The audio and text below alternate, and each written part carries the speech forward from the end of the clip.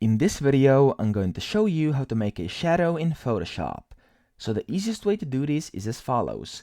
You have to have an item inside Photoshop, which preferably, of course, is a PNG file. As you can see, it's a PNG, doesn't have any background.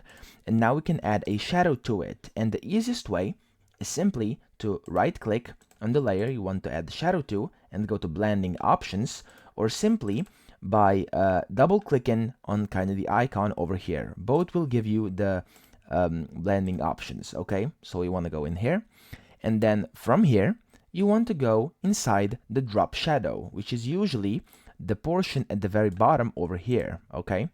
And now in here, you can change a lot of things. Now, I would actually recommend you, let me position this, there we go.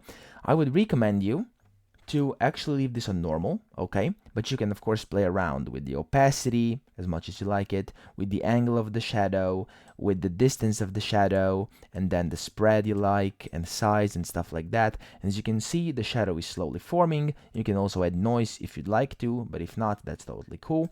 You can also change this over here of how it looks.